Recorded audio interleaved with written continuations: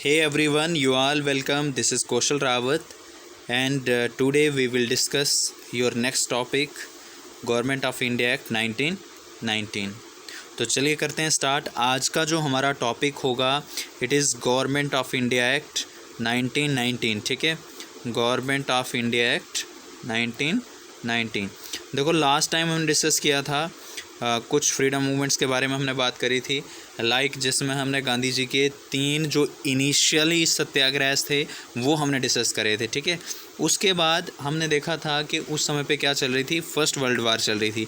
तो first world war के बाद जो था ब्रिटिशर्स ने कुछ रिफॉर्म्स इंट्रोड्यूस करी थी इंडिया के लिए, एक रिस्पॉन्सिबल गवर्नमेंट को इस्टेब्लिश करने के लिए, राइट।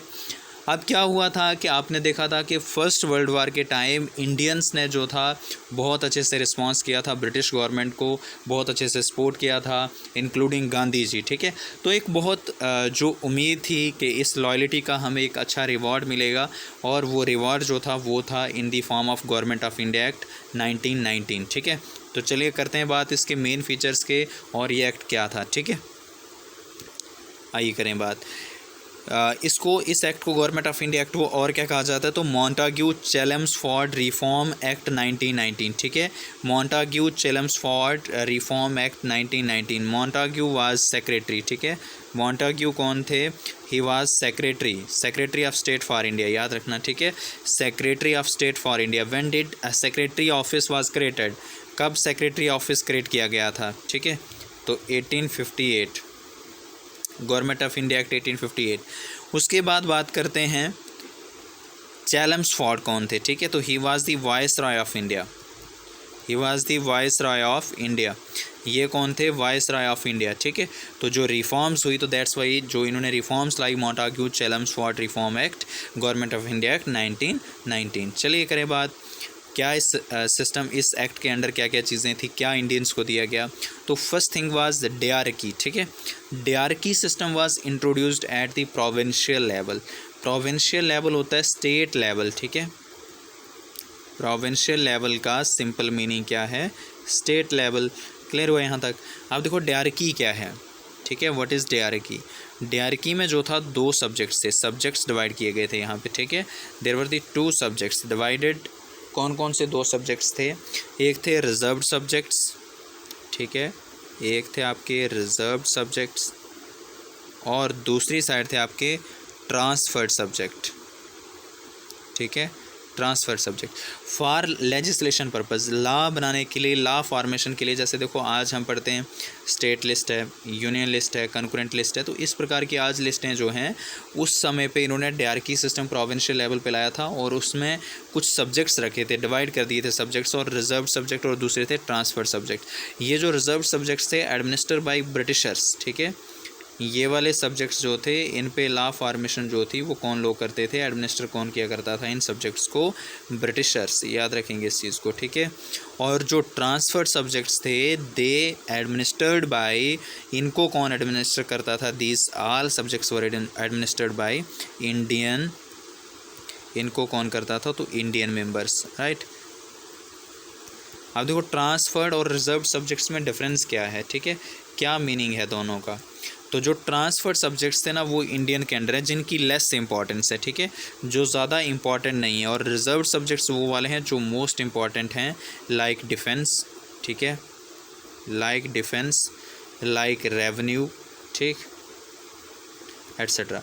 उस तरीके से ट्रांसफर्ड सब्जेक्ट्स की बात करें, लाइक हेल्थ। ठीक है, हेल्थ पे कोई लॉ बनाना है, बिल इंट्रोड्यूस करना है, तो वो इंडियन कर सकते हैं। फिर उसके बाद इंफ्रास्ट्रक्चर। ठीक है, तो इस प्रकार की चीज़ें जो थी वो ट्रांसफ़र सब्जेक्ट में थी। एजुकेशन हो गया। ठीक है, ये सारी चीज़ें, और रिजर्व सब्जेक्ट्स में वो चीज़ें थी। और इन्होंने यहाँ पे ये चीज़ भी मेंशन थी कि जब ज़रूरत पड़ेगी तो हम इंटरवीन कर सकते हैं ट्रांसफर्ड सब्जेक्ट्स में भी। ठीक है, ये नहीं कि सिर्फ हम रिजर्व सब्जेक्ट्स को ही एडमिनिस्टर करेंगे, अगर ज़रूरत पड़ी तो हम ट्रांसफ़र सब्जेक्ट्स में भी इंटरवीन कर सकते हैं। ठीक है, तो this was the dyarchy system. याद रखिए, dyarchy system was introduced under which act, तो ये मोस्ट इंपॉर्टेंट है एग्ज़ाम पॉइंट ऑफ व्यू से फॉर योर ऑल एग्ज़ाम्स। ठीक है, जितने भी एग्ज़ाम्स हैं, चाहे आपका एसएससी का हो, आपका यूपीएससी का हो, स्टेट पीएससी का हो, किसी का भी हो। ठीक है, उसके बाद नेक्स्ट चीज़ बात करते हैं, नेक्स्ट थिंग क्या है इसमें, नेक्स्ट फीचर DRK याद रखना, it is not at the central level, ठीक है, it is at the provincial level, ठीक, प्रोविंशियल लेवल पे थी, स्टेट लेवल मतलब जो प्रोविंसेस हुआ करते थे। Subjects divided into the two list, इसी में दो सब्जेक्ट्स डिवाइड कर दिए गए थे, कौन कौन से थे, तो रिजर्व सब्जेक्ट्स थे, reserve subjects like the law, order, finance, land revenue, irrigation etcetera, and transferred subjects like the education, health, local government, industry, agriculture etcetera, ठीक है। जो रिजर्व सब्जेक्ट्स थे मैंने अभी आपको बताया, they will administered by the British government and British members, and other one is transferred subjects, they will administered by the Indian members like education, health, local government, industry, agriculture etc, ठीक है, clear हुआ यहाँ तक। चलिए आगे बात करते हैं। In case of the failure of constitutional machinery governor can take over the administer of the transfer services. देखो मैंने अभी आपको बात बताई थी कि अगर कॉन्स्टिट्यूशनल मशीनरी फेल हुई तो उस केस में क्या हो सकता है, गवर्नर साहब जो हैं वो ट्रांसफर सब्जेक्ट्स को भी एडमिनिस्टर कर सकते हैं, ठीक है, तो याद रखनी है इस चीज़ को। उसके बाद the legislative council can initiate the legislation but the governor assent was required, ठीक है। द लेजिस्लेटिव काउंसिल जो है वो लेजिस्लेशन प्रोसेस को इनिशिएट कर सकती है। जैसे देखो आज होता है सिंपल, पार्लियामेंट है तो पार्लियामेंट में बिल इंट्रोड्यूस किया जाता है तो लास्ट में उसको असेंट जो है वो कौन देता है, प्रेसिडेंट। तो उसी तरीके से कहा गया कि लेजिस्लेटिव काउंसिल जो है वो बिल इनिशिएट कर सकती है बट लास्ट में उसको असेंट जो है वो कौन देगा, governor assent will be must, ठीक है, लेजिस्लेटिव काउंसिल में, याद रखना। प्रोविंशियल लेवल पे गवर्नर कैन इशू ऑर्डिनेंस, और गवर्नर जो है वो ऑर्डिनेंस इशू कर सकता है, ठीक है, गवर्नर कैन इशू ऑर्डिनेंस, याद रखिए इस चीज़ को, गवर्नर कैन इशू ऑर्डिनेंस, ठीक है। सेपरेट इलेक्टोरेट फर्दर एक्सटेंडेड, यहाँ पे सेपरेट इलेक्टोरेट, देखो पहले आपने 1909 का पढ़ा तो वहाँ सेपरेट इलेक्टोरेट जो था वो मुस्लिम्स के लिए था, तो यहाँ किसके लिए एक्सटेंड हुआ, लाइक सिख, ठीक है, सिखों के लिए, क्रिश्चियंस के लिए, ठीक है, क्रिश्चियंस के लिए, एंग्लो इंडियंस। तो मतलब ये लोग क्या कर रहे थे कि सोसाइटी को डिवाइड करते जा रहे थे, ठीक है, अलग अलग सेगमेंट्स में, मतलब सोसाइटी जितनी डिवाइड होगी, डिवाइड एंड रूल, उतना रूल करने में जो है वो इजी होगा, ठीक है। तो गवर्नर्स कैन इशू ऑर्डिनेंस। अब ऑर्डिनेंस क्या होते हैं, ऑर्डिनेंस मीन्स टेम्परेरी लॉज, ठीक है, ऑर्डिनेंस का क्या मतलब होता है, टेम्परेरी लॉज। जिस तरीके से आज हमारे यहाँ कौन इशू कर सकता है, गवर्नर के पास ये पावर है, हमारे प्रेसिडेंट साहब के पास ये पावर है, ठीक है। आप देखो इस चीज़ को समझेंगे हम कि ये ऑर्डिनेंस क्या होता है। देखो जैसे हमारे यहाँ दो हाउसेस हैं, ठीक है, एक हाउस है लोकसभा और दूसरा हाउस है हमारे पास राज्यसभा, ठीक है, लोकसभा और दूसरा हाउस जो है वो कौन सा है, राज्यसभा, ठीक है।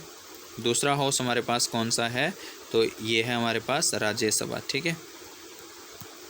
अब देखो एज यू नो कि Rajya Sabha it is the permanent house है ना, काउंसिल ऑफ स्टेट जिसको आप बोलते हो, तो ये परमानेंट हाउस है, और लोकसभा जो है it is a temporary house.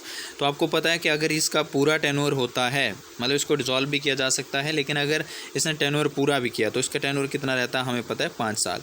5 साल के बाद जो है नेक्स्ट 6 मंथ में क्या करवानी होती है, इलेक्शन, ठीक है, 6 मंथ में क्या करवानी होती है, इलेक्शन। तो देखो इस 6 मंथ में जो है एक हाउस जो है वो सेशन में है ही नहीं है, एक ही हाउस सेशन में है, तो उस केस में कोई भी बिल जो है वो एक हाउस से बनता ही नहीं है, दोनों हाउस से ही आपके पास। तो इस केस में क्या होता है कि किसी भी कंट्री में कोई ऐसी सिचुएशन बन जाती है जिससे डील करने के लिए कोई नया लॉ बनाना पड़े, तो उस केस में प्रेसिडेंट जो है वो क्या कर सकता है, कोई लॉ इशू कर सकता है जो ऑन स्पॉट उस सिचुएशन के लिए इंपॉर्टेंट हो, लाइक इमरजेंसी इशू कर सकता है, अदर लॉज है ना। और उन लॉज की जो लाइफ होती है वो 6 मंथ के लिए होती है, याद रखनी है ये चीज़, ठीक है। और अगर इनको परमानेंट करवाना होता है तो विद इन 6 वीक जो है ये इनको अप्रूव करना पड़ता है जब लोकसभा दोबारा से इलेक्ट होकर के आती है, ठीक है। तो आपने याद रखना है कि when there will be no house in session, ठीक है, there will be no house, मतलब ऑल हाउसेज नहीं, सिर्फ एक हाउस, ठीक है। When one house not in session, ठीक है, जब एक हाउस जो होगा वो सेशन में नहीं होगा, देन उस समय पे क्या है, देन क्या हो सकता है कि प्रेसिडेंट कैन इशू ऑर्डिनेंस, ठीक है, प्रेसिडेंट क्या कर सकता है, ऑर्डिनेंस इशू कर सकता है, ठीक है। When one house not in session, जब एक हाउस सेशन में नहीं होगा, और वो कौन हो सकता है, लोकसभा, ठीक है। क्लियर हुआ यहाँ तक। अब देखो आगे बात करते हैं, नेक्स्ट चीज़ क्या है, next thing is women were also given the right to vote, women's को अलाउ किया गया कि आप भी राइट टू वोट कर सकते हो। इसमें और बहुत सारे फीचर थे, like bicameralism was introduced in India, ठीक है। Bicameralism was introduced in India. Bicameral का मतलब होता है टू हाउसेस, ठीक है। दो हाउस इंट्रोड्यूस हुए हमारे यहाँ, एक था काउंसिल ऑफ स्टेट और दूसरा था आपका second house was legislative assembly, ठीक है, legislative assembly. Clear. Bicameralism was introduced in India. पहला कौन सा, council of state, upper house जिसको आज आप क्या बोलते हो, राज्यसभा, और जो लोअर हाउस आज आप जिसको लोकसभा बोलते हो, इट वाज लेजिस्लेटिव असेंबली। तो bicameralism first time introduced in India under the government of India act 1919, याद रखना इस चीज़ को, ठीक है। उसके बाद नेक्स्ट चीज़ है limited votes, limited right to vote, ठीक है, limited right to vote for Indians को लिमिटेड राइट टू वोट दिया गया on the basis of property, ठीक है। आपके पास कितनी प्रॉपर्टी है, आप कितना टैक्स पे कर रहे हो, कितने आप एजुकेशन हो, तो इस बेस पे लिमिटेड राइट टू वोट भी दिया गया कि आप लोग जो है वोट कास्ट कर सकते हो, ठीक है। तो ये चीज़ें, उसके बाद और इसमें क्या हुआ कि याद रखोगे यहाँ पे सेंट्रल पब्लिक सर्विस कमीशन, ठीक है, central public service commission introduced in India, ठीक है, सेंट्रल पब्लिक सर्विस कमीशन। जैसे यूपीएससी आज हम बोलते हैं तो इन्होंने सेंट्रल पब्लिक सर्विस कमीशन बोला जाता था, it was introduced in India. तो याद रखोगे, ठीक है, 1926 में इस्टेब्लिश हुआ था, बट इस एक्ट के अंडर ही इस्टेब्लिश हुआ था, तो याद रखनी है ये चीज़, ठीक है। उसके बाद सेपरेशन ऑफ बजट को सेपरेट किया गया था, लेकिन कौन से बजट की मैं बात कर रहा हूँ, प्रोविंशियल बजट, ठीक है, provincial budget separate from centre budget. देखो आज भी हमारे यहाँ जो है ना दो टाइप के बजट आते हैं, एक स्टेट बजट अलग होता है, उसके बाद आपका यूनियन बजट अलग होता है, ठीक है। उसी तरीके से क्या किया गया था, फर्स्ट टाइम पहली बार हमारे यहाँ ये चीज़ देखने को मिली थी कि आपका प्रोविंशियल बजट जो थे वो प्रोविंशियल बजट को अलग कर दिया गया था, किससे, यूनियन बजट से, सेंटर बजट से, ठीक है। क्लियर हुआ। अब बात करते हैं, आपका नेक्स्ट है रोलेट एक्ट ऑफ 1919, ठीक है, रोलेट एक्ट ऑफ 1919। देखो अब क्या होता है कि जैसे ही ये मोंटाग्यू रिफॉर्म एक्ट आता है, इसके बाद आपका रोलेट एक्ट, ठीक है, रोलेट एक्ट 1919। अब ये रोलेट एक्ट क्या था, ठीक है, इसके बारे में डिटेल से बात करेंगे, रोलेट एक्ट के बारे में, ठीक है। देखो अब यहाँ पे बात करते हैं हम,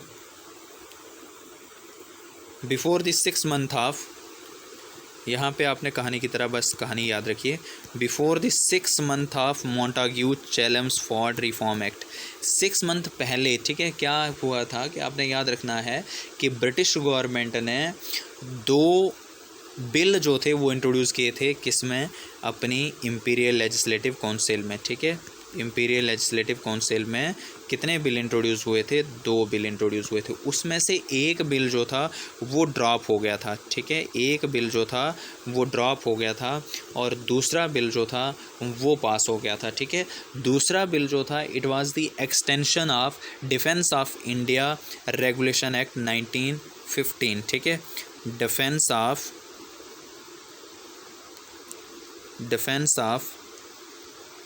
इंडिया रेगुलेशन एक्ट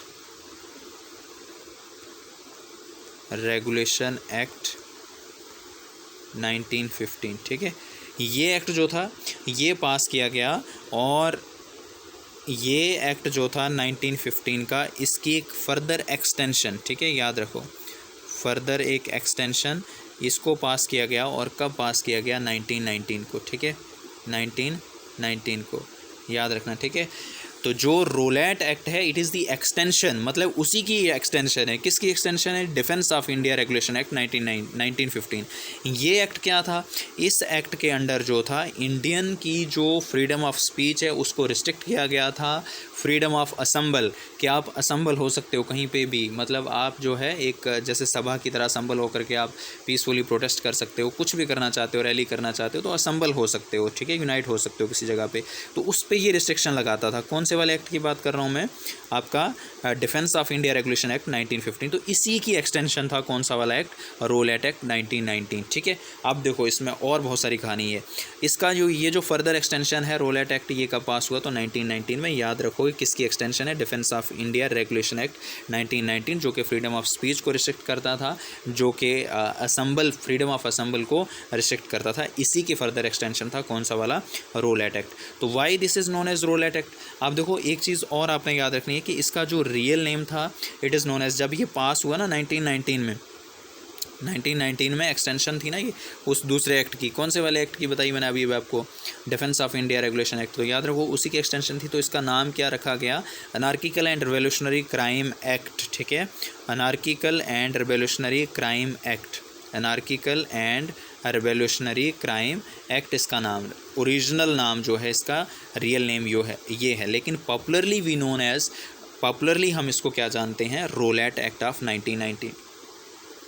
अब क्यों इसको हम रोलैट एक्ट जानते हैं, अगर इसका नाम anarchical and revolutionary crime act है, ठीक है, revise with me, anarchical and revolutionary crime act, ठीक है, ये अगर इसका रियल नेम है तो then why we know it as a Rowlatt act 1919। इसके पीछे की कहानी अब समझो। देखो ये जो एक्ट था ना, it was recommended by Rowlatt commission, British government ने एक कमीशन बिठाया था सेडिशियस कंस्पिरेसीज के बारे में, उसको इन्वेस्टिगेट करने के लिए, ठीक है, कि इन्वेस्टिगेट करने के लिए एक कमीशन बिठाया था, जिस कमीशन का नाम था रोलैट कमीशन। सेडिशियस कंस्पिरेसीज को इन्वेस्टिगेट करने के लिए कमीशन बिठाया गया था, जिसका नाम क्या था, रोलैट कमीशन। अब इस कमीशन को जो लीड कर रहे थे ना, जो इसके हेड थे, उनका नाम था सर सिडनी रोलैट, ठीक है, क्या नाम था उनका, सर सिडनी रोलैट। अब ये सर सिडनी रोलैट जो थे, ये थे ब्रिटिश जज, ठीक है, सर सिडनी रोलैट कौन थे, ब्रिटिश जज थे। अब देखो सर सिडनी रोलैट के नाम पर नाम पड़ा रोलैट कमीशन, और रोलैट कमीशन के नाम पर नाम पड़ा किसका, रोलैट एक्ट का, ठीक है। तो it is a easy way to understand कि why it is known as Rowlatt act. तो यहाँ पे कौन सा वाला कमीशन की बात कर रहे हैं हम, Rowlatt commission, presided by, headed by, leading by sir Sydney Rowlatt, and that's why it is known as Rowlatt act. Otherwise it's real name is, क्या है इसका real name, anarchical and revolutionary crime act 1919, ठीक है। चलिए अब बात करते हैं, देखो आप, ठीक है, official name anarchical and revolutionary crime act, ठीक है, ऑफिशियल नेम क्या है इसका, तो anarchical and revolutionary crime act, popularly known as Rowlatt act, ठीक है। ऑफिशियली इसका नाम क्या है, anarchical and revolutionary crime act, but popularly हम इसको क्या जानते हैं, रोलैट एक्ट ऑफ कौन सा वाला, 1919, ठीक है। उसके बाद it was based on the recommendation bye Rowlatt commission. अभी मैंने आपको बताया कि इसको किसने रिकमेंड किया था, तो रोलैट कमीशन ने, हेडेड बाय ब्रिटिश जज sir Sydney Rowlatt, to investigate seditious conspiracy, ठीक है। क्यों इसको बनाया गया था, बगावत कंस्पिरेसीज जो हो रही हैं, जो षड्यंत्र हो रहे हैं ब्रिटिश गवर्नमेंट के खिलाफ, उनको इन्वेस्टिगेट करने के लिए। व्हाट इट रिकमेंड, अब इसने रिकमेंड क्या किया था, इसने बोला था कि कोई भी इंडियन पॉलिटिकल एक्टिविस्ट इस प्रकार की एक्टिविटी कर रहा है तो उसको विदाउट ट्रायल जो है आप 2 साल के लिए जेल में डाल सकते हो, विदाउट ट्रायल, ठीक है।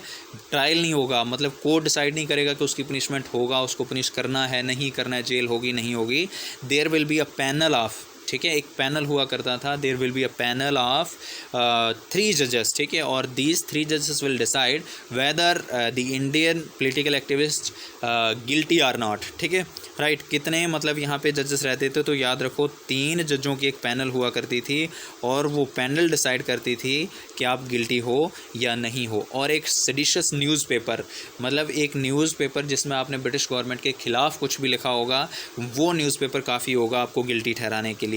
तो ये रिकमेंडेशन थी, किसकी बात कर रहे हैं हम, कौन से वाले कमीशन की, रोलैट कमीशन की, ठीक है। तो रोलैट कमीशन ने इस चीज़ को रिकमेंड किया कि भाई आप किसी भी इंडियन को उठा करके जेल में डाल सकते हो विदाउट ट्रायल, ठीक है, बिना कोर्ट ट्रायल के आप उसको कितने साल के लिए जेल में डाल सकते हो, तो 2 साल के लिए जेल में रख सकते हो, ठीक है। और उसके बाद अगर आपको उसको मतलब जब अरेस्ट करना है तो उसके लिए आपके पास मतलब सेडिशियस कंस्पिरेसी कैसे आप प्रूफ कर सकते हो, तो उसके लिए सेडिशियस न्यूज़पेपर, मतलब न्यूज़पेपर में अगर कुछ भी उस बंदे ने अगर पब्लिश किया है या उस बंदे के ख़िलाफ़ पब्लिश हुआ है, तो आप उसको ईज़िली जो है वो क्या कर सकते हो, अरेस्ट कर सकते हो और 2 साल के लिए जेल में डाल सकते हो, ठीक है। तो याद रखो इस चीज़ को। The act allowed the British to imprison the political activist without trial for the 2 years without warrant on the mere suspicion of the treason, ठीक है। आपके डायरेक्ट देशद्रोह का इल्ज़ाम लगाया जाएगा, ठीक है। अगर आप पे शक भी है कि भाई आप ब्रिटिश गवर्नमेंट के ख़िलाफ़ जो है वो विद्रोह कर रहे हो, है ना, तो आपके ऊपर देश विद्रोह मतलब देशद्रोही का जो है वो इल्ज़ाम लगाया जाएगा और उस केस में आपको अरेस्ट कर लिया जाएगा। कितने साल के लिए? 2 साल के लिए, ठीक है। तो ये था हमारा रूलेट एक्ट, बहुत डिटेल से हमने देखा इस चीज़ को, ठीक है। जो SSC वाले हैं या JKSSB वाले हैं तो वो लिटिल बिट यही याद रख सकते हैं कि रूलेट एक्ट कब इंट्रोड्यूस हुआ और इसके अंदर प्रोसीजर क्या था, लेकिन जो किसी बड़े एग्ज़ाम वाले हैं तो इसको वो बहुत डिटेल से इसी तरीके से आपको दिमाग में रखना पड़ेगा, ठीक है। अब क्या होता है कि इस रूलेट एक्ट के बाद क्या होता है कि इंडिया में मास मूवमेंट स्टार्ट होती है, ठीक है।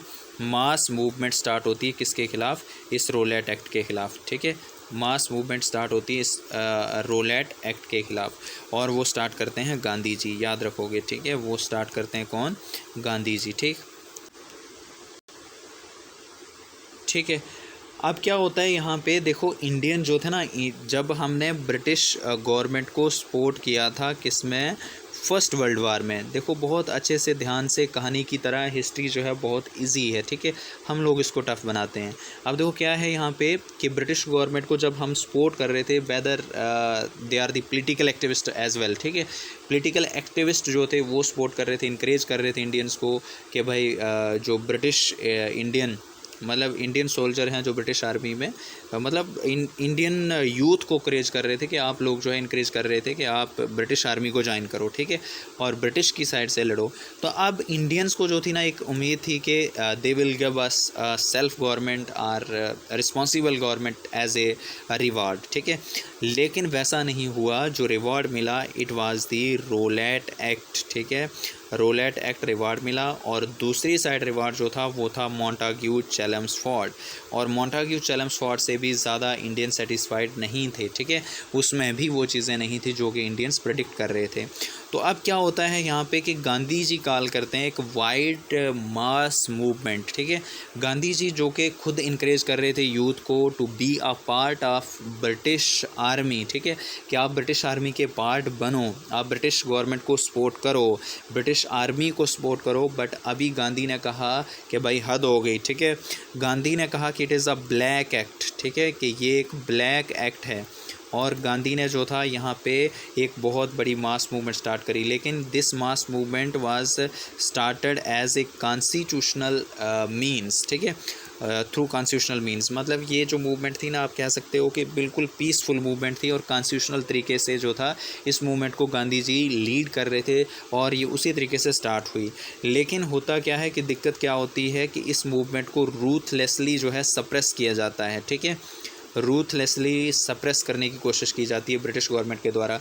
जब सप्रेस करने की कोशिश करी तो गांधी ने कहा कि अभी हमारे जो लोग हैं इनको अच्छे से मोबिलाइज नहीं किया गया है, they are not aware about their goal, ठीक है, इनको नहीं पता हमें क्या करना है, what exactly they have to do, ठीक है। तो अब क्या किया गांधी ने एक सभा फॉर्म की यहाँ पे जिसका नाम था सत्याग्रह सभा।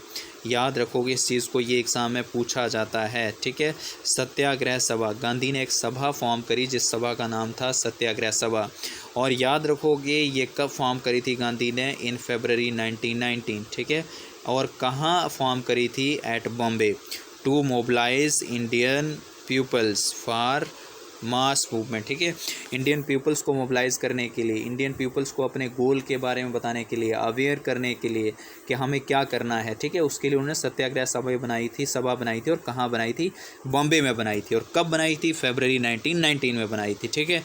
यहाँ तक क्लियर हुआ? अब क्या हुआ, यहाँ से लोगों को एक प्रॉपर गाइडलाइन मिल गई थी कि हमें एग्जैक्टली करना क्या है। तो क्या होता है उसके बाद 6 अप्रैल 1919 को फुल फ्लैज तरीके से जो है रिवोल्ट स्टार्ट हो जाता है। रिवोल्ट नहीं, सॉरी, क्या कह सकते हो, सत्याग्रह स्टार्ट हो जाता है। किसके खिलाफ? रूलेट एक्ट के खिलाफ, ठीक है। अब क्या होता है ना, इस सत्याग्रह स्टार्ट करने से पहले ही जो गांधी ने एक मास मूवमेंट स्टार्ट करी थी ना, वो बहुत सारे प्लेसेस पे वायलेंट हो चुकी थी।